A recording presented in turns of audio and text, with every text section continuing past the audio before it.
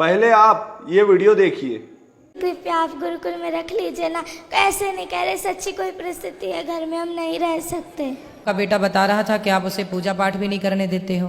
पूरी सारा दिन पूजा पाठ करता रहता है। सुबह मंदिर चला जाता है, वहाँ सारा दिन रहता है। शाम को चला जाता है, 4 घंटे बाहर रहता है। मैं कहा जितना उतना ही कर लो। ये सारा दिन करता रहता है, सारा दिन। भगवान को भी गालियां देते हैं ये। कौन? ये दोनों। कौन है ये दोनों? माता पिता।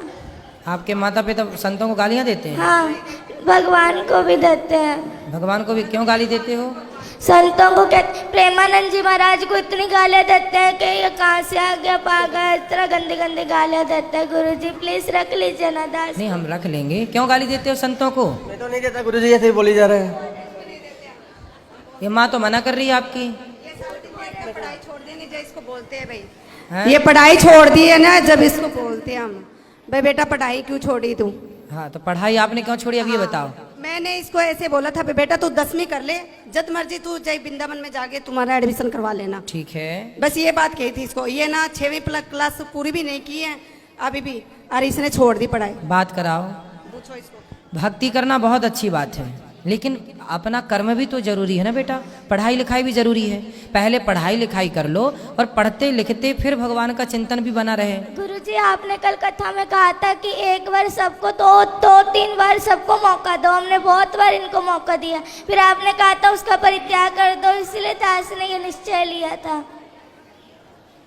कि दोनों बहुत ऐसे। माँ बाप को त्यागा नहीं जाता, माँ बाप को त्यागा नहीं जाता बेटा। ऐसे माँ बाप भी तो होने चाहिए ना जिनके ऐसा थोड़ा।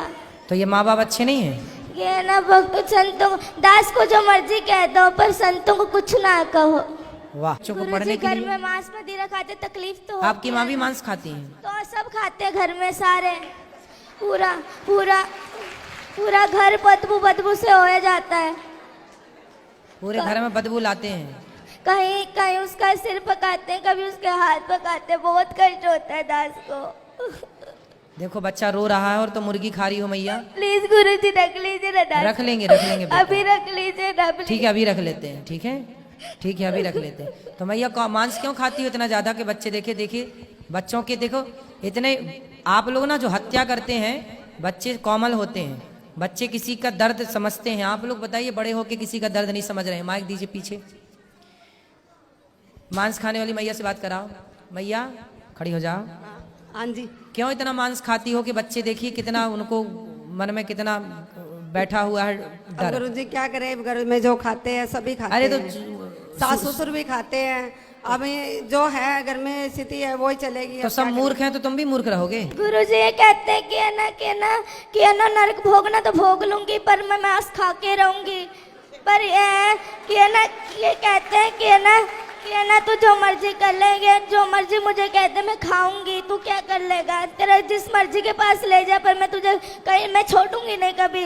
इसलिए गुरुजी, इसलिए दास ये पूरा रात को दारुआ पी के आते हैं। बहुत पूरा कमरा बाजता है।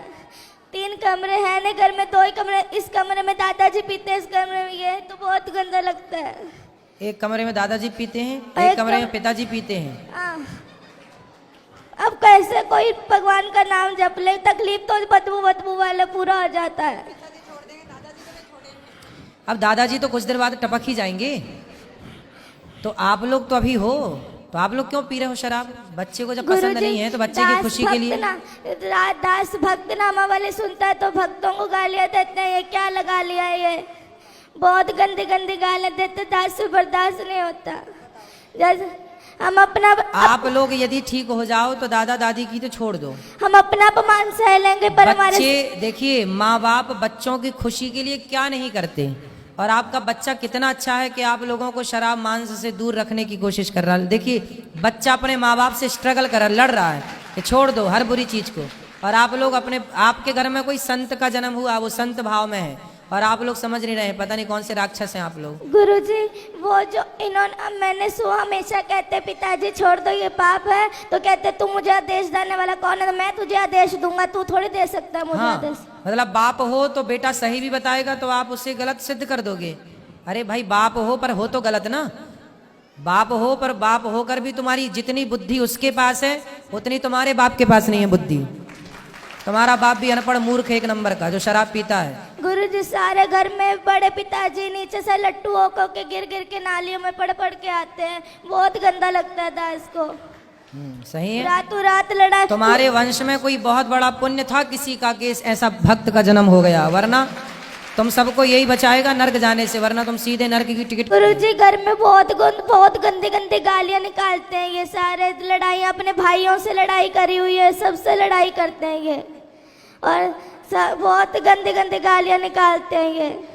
आप इनसे कहते गालियां मत निकाला करो किसी को, और जब वो वाली नहीं, वो गंदी गालियां होती है वो निकालते हैं ये। क्यों गंदी गालियां बोलते हो? बच्चे सुनते हैं, अच्छा प्रभाव पड़ेगा? नहीं बोलता गुरुजी। अच्छे शब्दों का बेटा बच्चों के साथ ना मर्यादित रहना चाहिए। जो आप कर रहे हैं उसका बहुत बड़ा प्रभाव बच्चों पर पड़ता है, अच्छा और बुरा दोनों।